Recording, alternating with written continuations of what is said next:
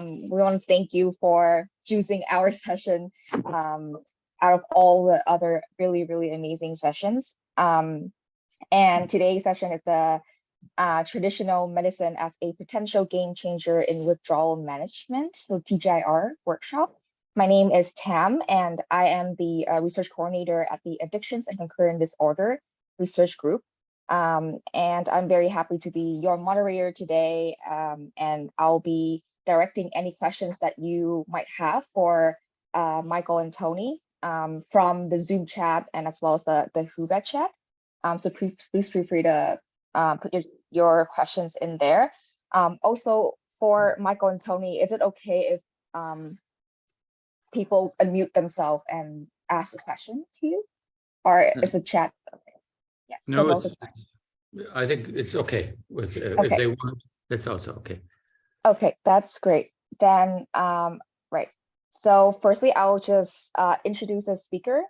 Firstly is Dr. Michael Krausz, who's the UBC Leadership Chair for Addictions Research, and who's also my supervisor or principal investigator at our lab. And it's no less of my great pleasure to introduce Dr. Anthony Phillips, who is a professor at the UBC Department of Psychiatry and the former scientific director at the CIH Institute of Neurosciences and Mental Health and Addiction, and the head of Translational Medicine for Substance Use Disorders Lab. So now I can pass it on to either Tony or Philip, Michael, to start with the session. So whenever you two are ready. Okay. Can you hear me, Tam? Do you want to pass it over now? Yeah. Yes. Thank you. And I can control the slides from here. So thank you for that kind introduction. And Michael, it's wonderful to see you and have you here with me at my side, even though we're 8,000 miles apart. I want to thank Tam and her colleagues for all the work that they've done in preparing this fantastic e-conference that we're all enjoying. I just want to emphasize one other thing that she mentioned. This is being recorded, and actually these parallel sessions will be available archived, so they become a resource for all of people who are watching the conference. So this is not just a usual conference where you have one chance to see and listen to this. You'll be able to revisit it if you're interested. Great. So this is now a topic near and dear to my heart. We do have some funding disclosures to quite properly share with you. There's a lot of basic research that's going to be presented here, and it was all supported by the Canadian Institute for Health Research in grants to myself. I also hold a patent on a compound. It's not related to anything we'll mention here, but it's related to the potential treatment of neurological, psychiatric, and neurodegenerative diseases. And then finally, most importantly, Michael and I are co-founders of a company called Resilience Biosciences, and it's focused on the use of a tetrahydroprotoberberine in possible management of opioid withdrawal, which is the topic of this presentation. So we've seen this is a point that's come up already many times, and it of course acknowledges the huge unmet clinical need that's ongoing with respect to the opioid crisis in particular, especially in British Columbia. But it's an international, those figures that we're showing there, 27 million people worldwide affected by opioid use disorders, with 500,000 drug-related deaths, and less than 10% of the people who are managing this condition are able to receive the care they need when they request it. The other thing about this disorder is that it's coexistent with very severe and serious pain conditions. And in fact, another irony, bitter irony here, is that a lot of the drugs, the powerful opioids that have been used to manage pain, when they're misused, they become the source of ongoing opioid addiction as well. And then finally, we have to consider that we've just endured 3 years of pandemic with all sorts of sociological and indeed individual disturbances, which is, this is showing data for anxiety and depression, but it also applies to substance use disorders, especially opioids, where the pandemic has exacerbated a lot of these issues. And finally, we're in British Columbia. We have to live with the tragic reality that by the middle of the year in 2022, nearly 1,500 individuals had lost their lives to illicit drug overdose in BC. And so this just underscores the urgency of what we're trying to address here today.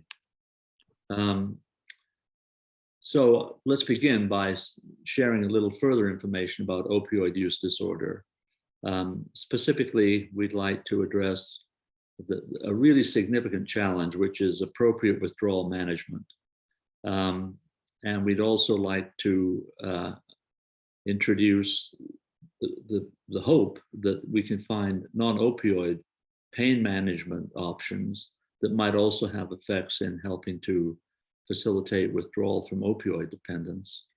And then, of course, for this to be a real long-lasting impact on OUD, and we have no data on this, but we would like to know that what we're presenting may have some relevance to relapse prevention, which is, of course, the real challenge in any substance use disorder.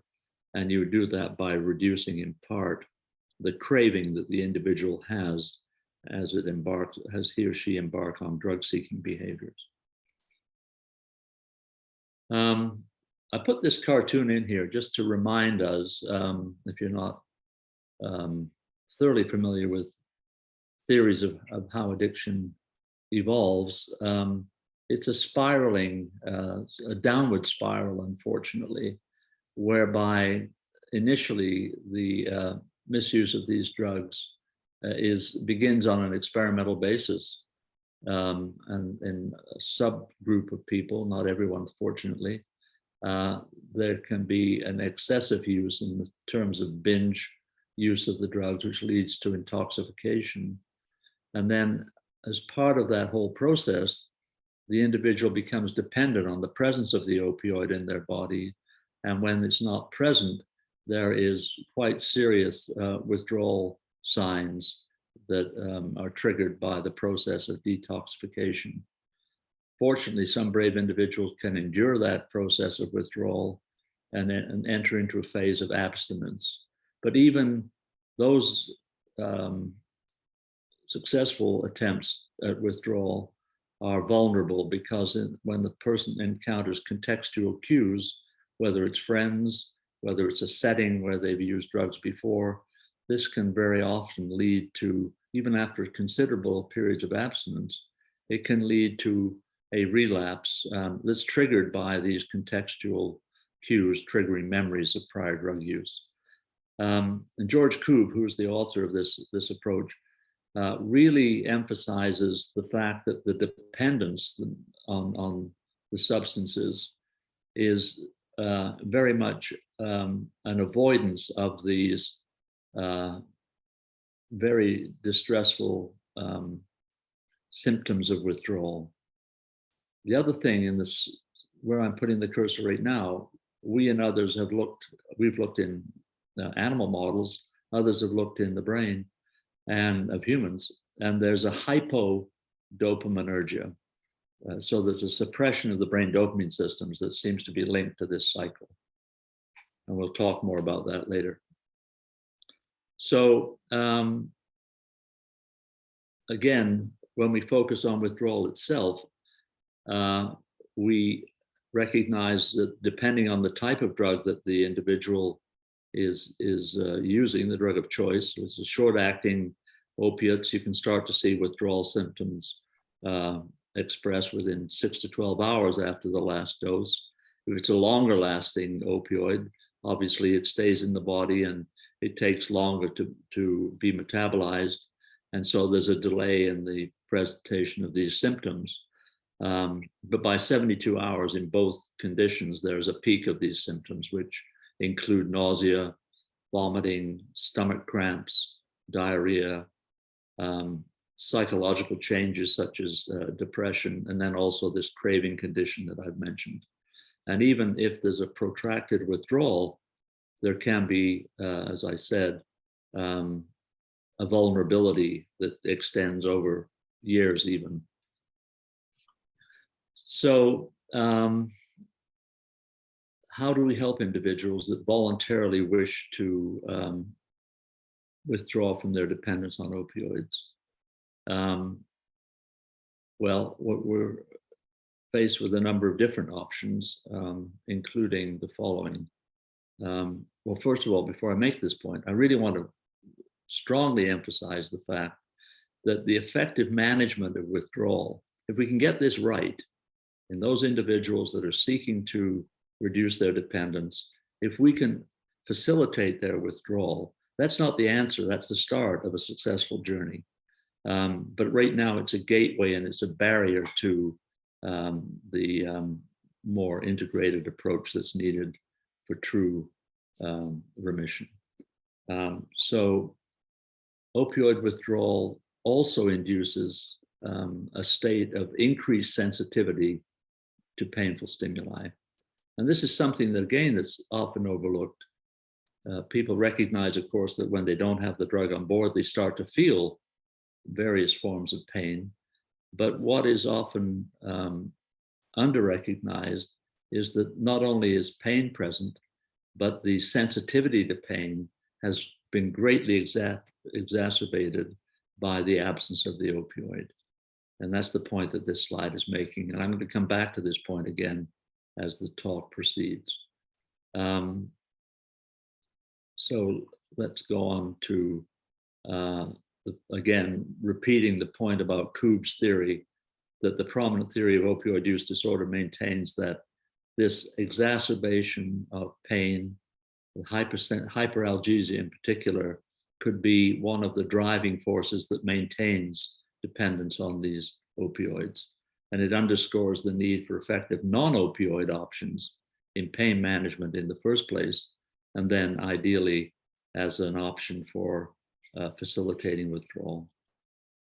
So the current opioid use treatments that are on offer very often are focused on detoxification followed by opioid substitution. So opioid agonist therapy. And again, this is an effective treatment, and it certainly is beneficial. But in an ideal world, perhaps we would try to facilitate the movement away from the dependence on even legal, clinically approved opioids.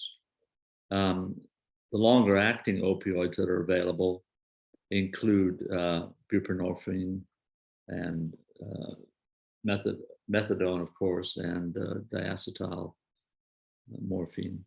And these can reduce or eliminate withdrawal signs, but they can also be used as a maintenance therapy to prevent risk of relapse.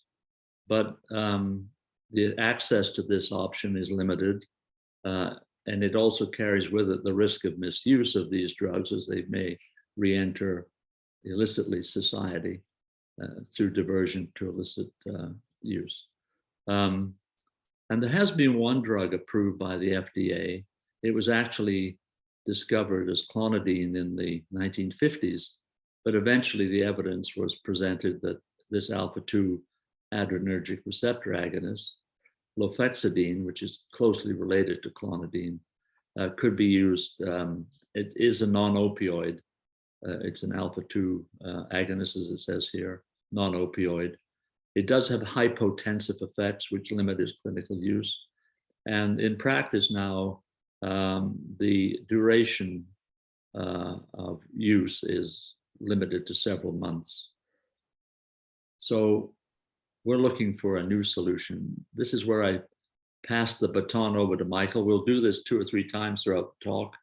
Michael will now present a series of slides that relate to a very exciting development from Vietnam using a herbal medicine-based approach, and one that we'd like to explore in Canada. Michael, over to you. I can control the slides, so I'm just advancing you Just say advance. Wow. Yeah, so yeah, make sure that I'm not talking too long. Yeah, that's good. No, there's no problem. We got lots of time. So yeah, Tony and I had the absolute privilege to meet some people in Vietnam, and I wanted to underline that sometimes translational has also a very interesting and important transcultural perspective.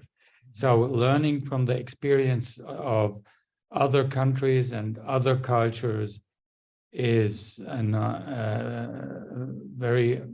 it's an underestimated aspect, especially if you kind of consider that a lot of all medications are actually based on phytochemistry and traditional herbs or plants which are already existing, and then the question is to identify how that can be used as part of medicine. And as you know, in Chinese traditional medicine and Vietnamese traditional medicine, that is very elaborate. So I want to say a little bit about, or talk about the project, which is kind of started quite a while ago in Vietnam, based on the work of a traditional herbalist with the name of Tran Quang Dun, who, to give a personal note, had a father and a brother who were opiate addicts. And he was searching for appropriate measures of treatment and collected recipes all over Southeast Asia, because Vietnam, probably a lot of people don't know, as well as Thailand or Myanmar or other countries, are traditionally opiate producing countries. Golden Triangle is, let's say, probably something everybody rings a bell. And there were, he collected over 120 different recipes. And based on that, he identified the most effective plants and herbs and combined them in a mixture of 12 herbs and one binding agent, which was then later called Piantos, and was supported by the United Nations Development Office, which supported a project on traditional medicine and the development of an ingredient like Piantos in order to address a significant opiate problem which was existing in Vietnam, and yeah, especially in Vietnam.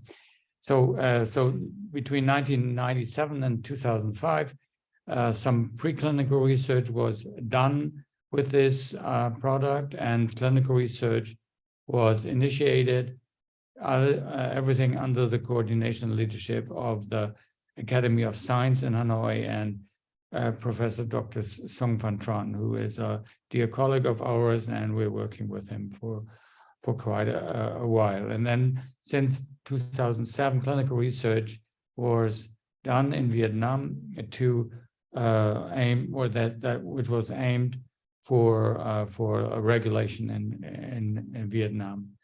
If you would be so kind, Tony, to Certainly. And the regulation in Vietnam, you see here the picture of the pills and the interview in a clinic. So the Piantos was acknowledged 91 as the first Vietnamese herbal medication in the treatment of drug addiction by the Ministry of Health in Hanoi. And 2000, it took 20 years, as you see, until 2011, the submission of a full documentation of scientific evidence, including the preclinical and the clinical work which was done in Vietnam. And we were already involved at that time with this research endeavor and group.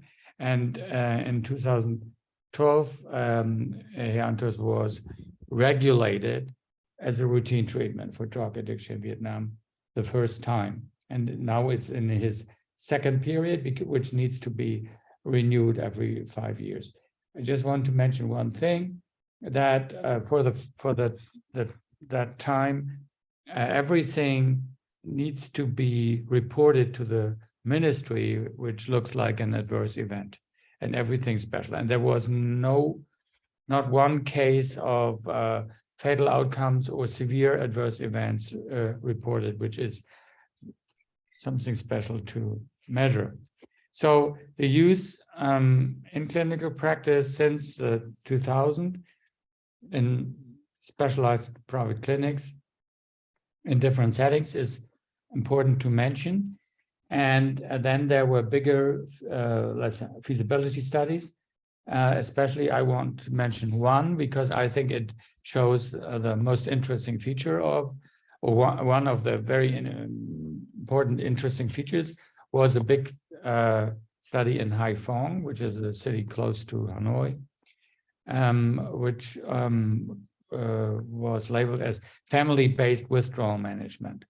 Interesting thing is the patients were included by a physician and monitored by a physician and health professionals, but the treatment was done especially by in the community and through the families caring for their opiate using family members, and it worked quite well. So the collaboration between a center and the community worked well. There was good crisis intervention if something happened, of whatever kind, and that proves an interesting new option also for opiate withdrawal. And you probably know that opiate withdrawal is something which is happening for every opiate dependent person hundreds of times.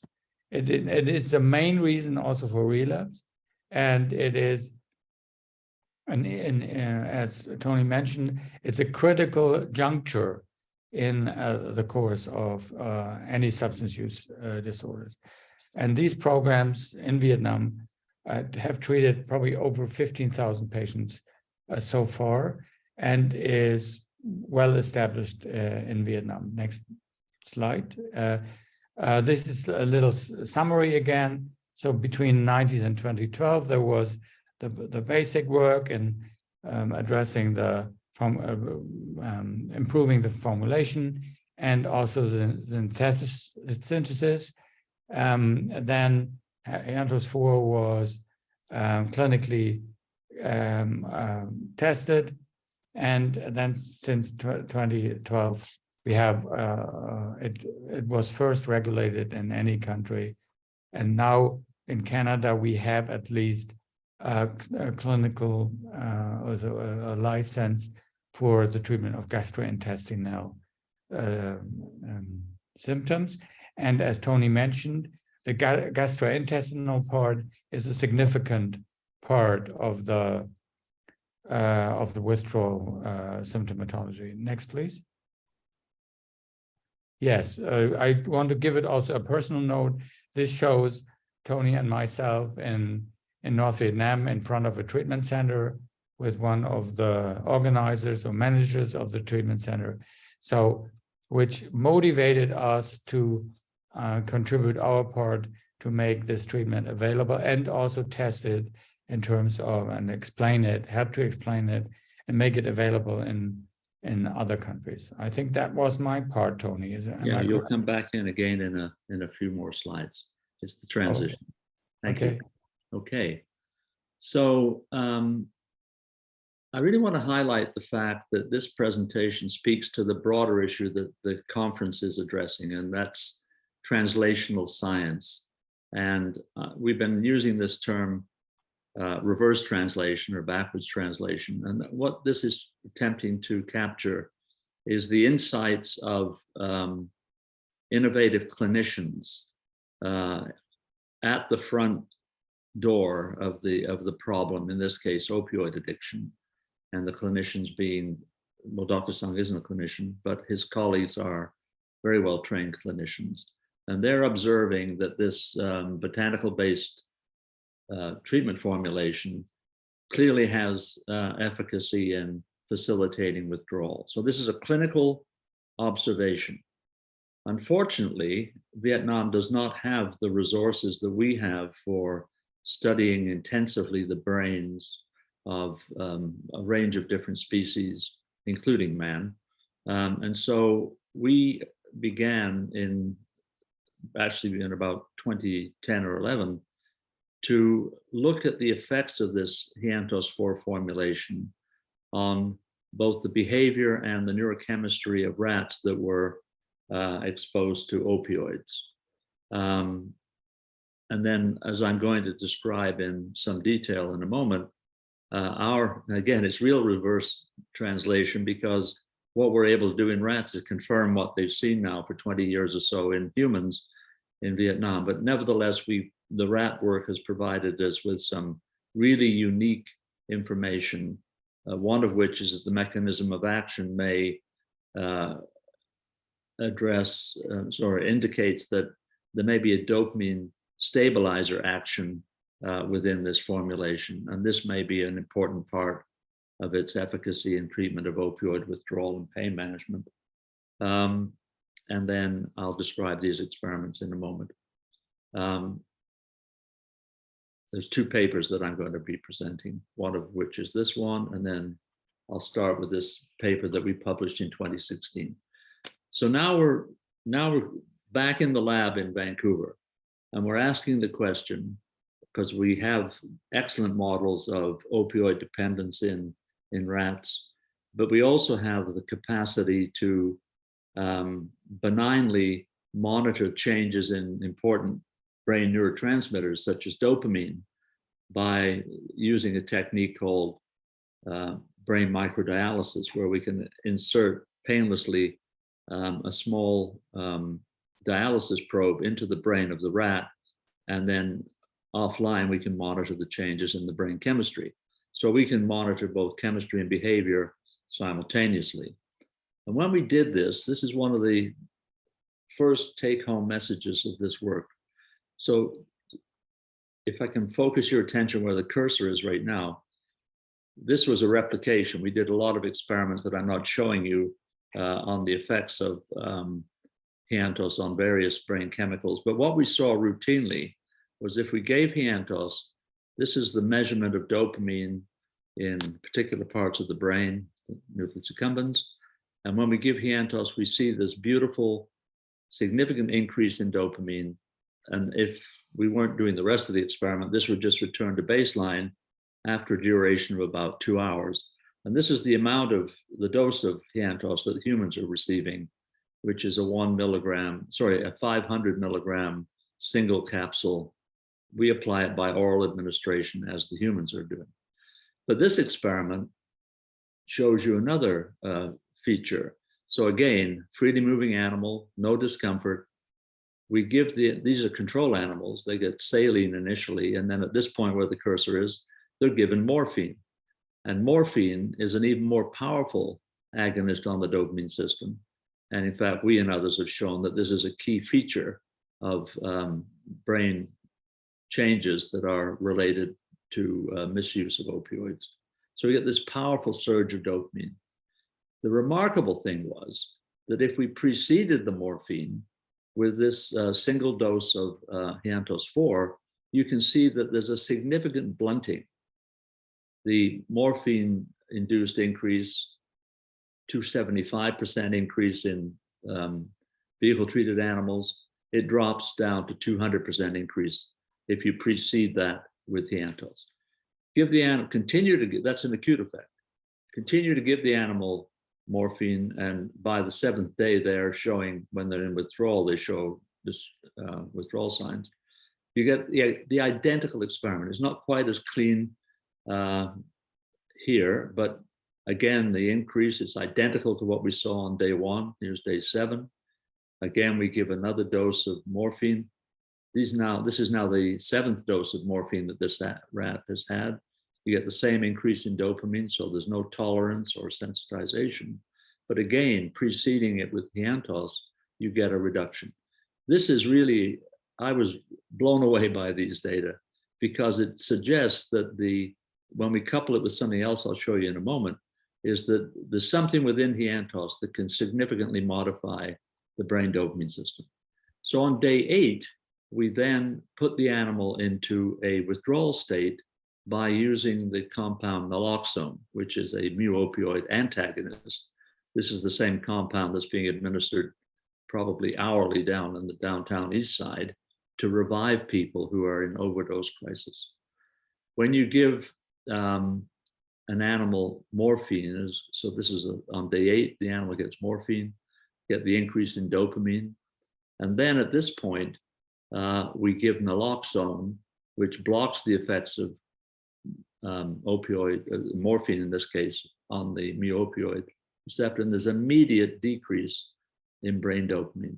In animals that weren't given morphine on that day, but they've had 7 days of morphine before, going along baseline, and now you give them naloxone, and that precipitates an immediate hypodopaminergia. And if we're looking at the withdrawal signs as shown in these histograms here, there's an immediate decrease with the 500 milligram of the withdrawal signs in these rats. But the remarkable thing was that preceding giving the Piantos before we gave the morphine and naloxone, there's still a reduction in dopamine, but it never crosses down into a hypodopaminergic state. So we were really excited by that. And when you combine these two effects, here we've got an inhibition of dopamine, and that is being prevented by a pretreatment with Piantos.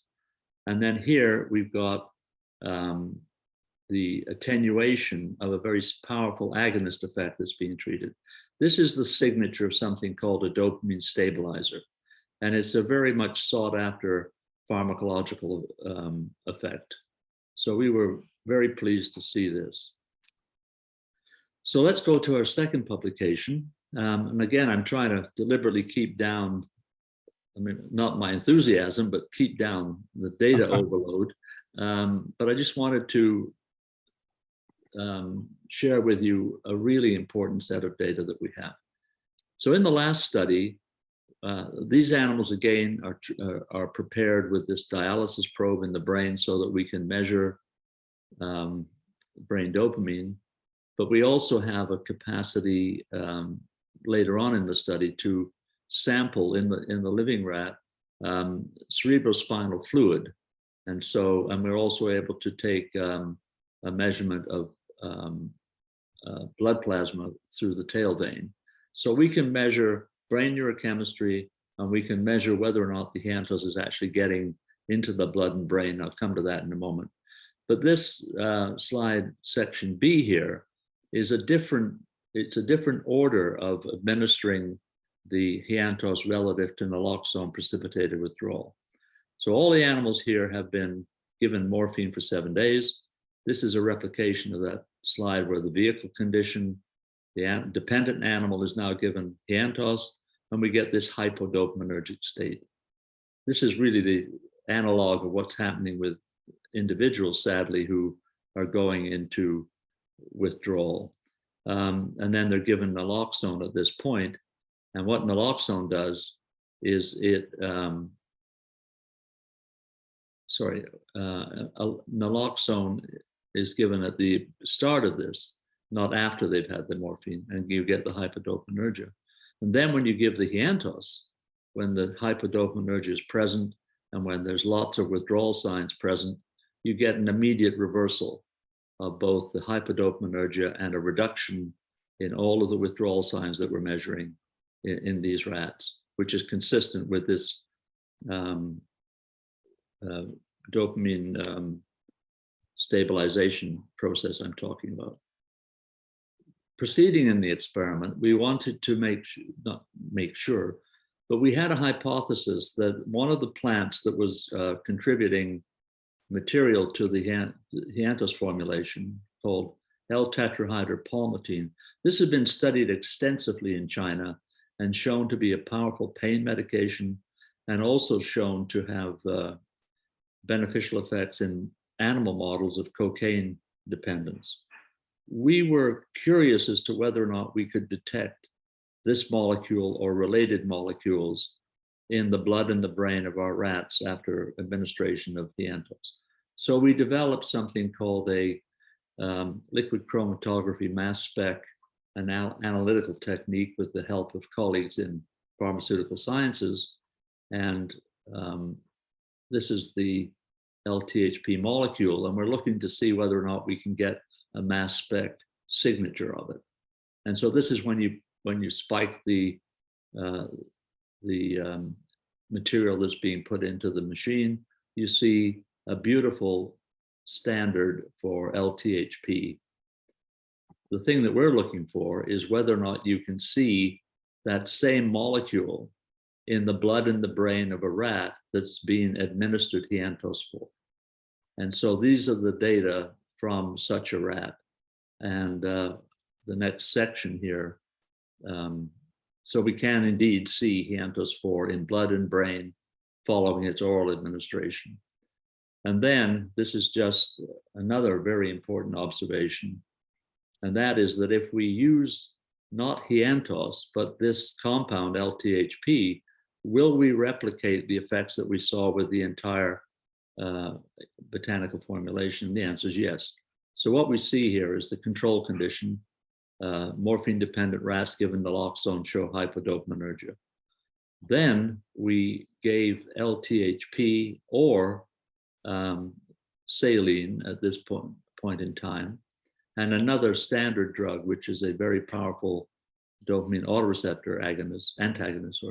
Anyway, the main point is that if we give LTHP here, we reverse the hypodopaminergia and restore above normal dopamine levels. And most importantly, we reduce the withdrawal signs very significantly in these rats. So these preclinical data are important because the provision of a biological signature is very important for being able to use pharmacokinetics and pharmacodynamics. So we've got this now. We have a single molecule signature for Piantos, so we can monitor the duration of action. What I'm equally excited about is the fact that we've also, this may not be the sole explanation as to why this is working, but we have a clear mechanism of action identified with the use of Piantos, and then we believe that it may be related to the presence of L-tetrahydropalmitine within the formulation, which serves as a dopamine stabilizer. Our ongoing work and future work will look at there's a host of different molecules called tetrahydroprotoberberines, of which LTHP is one, and its metabolites. This is a source of really exciting new possibilities that could be added to this approach to develop anti-anxiety, anti-nausea effects which can control withdrawal symptoms. And these are just these tetrahydroprotoberberines that we're studying. So now it's back to you, Michael. We're back on, whenever it says clinical, that's you. So based on this very important and impressive work Tony just described, it's now the next challenge in order to be able to use Piantos and TGIR in North America and Europe and other countries. It is important to go the GCP, the good clinical practice route, and prove in different trials beyond what's done in Vietnam to prove efficacy, to prove safety, to prove also the scope or test the scope of other potential indications, as we mentioned. So we are right now us in the middle of a healthy subject trial in Vancouver. And based on that, we are preparing other trials in Canada, but also, or not but in addition, we established an international network of partners where we are preparing feasibility studies and also the healthy subject studies, which are mainly focusing on also dose finding and other questions, than feasibility trials and randomized clinical trials. And we are preparing applications or we're helping to prepare with our partners trials in Germany, in Egypt, in Switzerland for next year. And the interest is significant. So we are really hopeful that based on the, let's say, the good existing model, we can be able to prove and apply the Piantos and TGIR so that we can prove its value for the treatment of substance use disorder and pain in different environments, in different treatment settings, and in different doses. So all the questions which need to be answered in order to then use it in daily clinical routines. That's what I wanted to add. And probably next year we are able to add some more and publish some more interesting information about the verification of the hypothesis Tony described, also based on behavioral pharmacology. Yeah, thank you, Michael. I've kept this slide up deliberately because it acknowledges the role of Dr. Puya Azar as the person who's overseeing the healthy subject trial that's ongoing down at BGH starting on Monday. And then also we'll be working closely with Puya to develop these efficacy studies that we're also mentioning. The other person I want to acknowledge, and there's an acknowledgement slide coming up again, but Dr. Paula Brown, I mean, the critically important thing that we're doing now is actually looking, according to our clinical standards, as to whether or not there's any safety concerns, which we're quite confident there will not be, but will then be in a very strong position to advocate for the immediate trials of efficacy in people who are dependent on opioids. But the other thing that we're doing with the healthy subject individuals is that we think that there may be some pain management aspects of the Piantos treatment. So we'll be looking at acute pain sensitivity and whether or not the Piantos that's being given just to check that there are no adverse effects, whether it will modify pain perception. So when we finish this study, we'll have some information on that. And then, of course, the other possibilities are not just using it as a standalone non-opioid supplement, but also we could consider using it in conjunction, perhaps with the tapering of another opioid. So there's many, many combinations that can arise. But the point I wanted to come to is that the only reason we're able to do these really important clinical studies is because we were fortunate to have the collaboration of Dr. Paula Brown at BCIT, who prepared with our and Dr. Sung's collaboration, the application to Health Canada that resulted in the granting of it's called a non-prescription natural health product license. So we're the first country in the world, even though this has been used for many years in Vietnam, to actually have government approval for importing and then beginning to use this important option in clinical studies in Canada, and also to do the follow-on studies to our standards. And this will add a whole new dimension to the legitimacy, I think, of this approach. So we come to the collaborator list. Michael's emphasized the critical role played by the Vietnamese Academy of Science and Technology in developing the original Piantos formulation. What we're doing right now is we're adding to the work that they did by subjecting the formulation to even more rigorous standards to make sure that there's no toxic materials that inadvertently get into the product.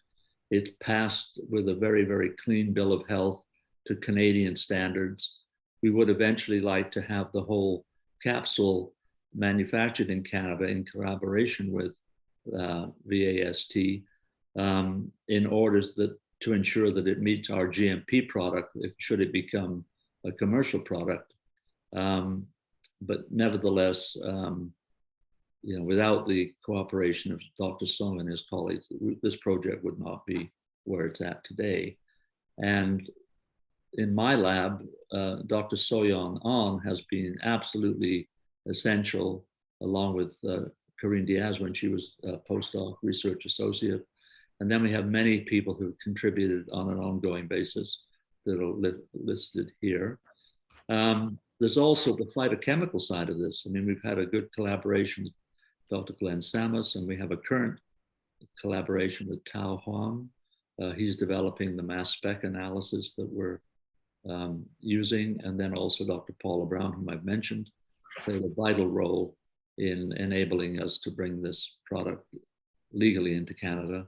And then we have clinical colleagues that are, Michael's in charge of that dimension, and Fiona, who's very much involved in this conference.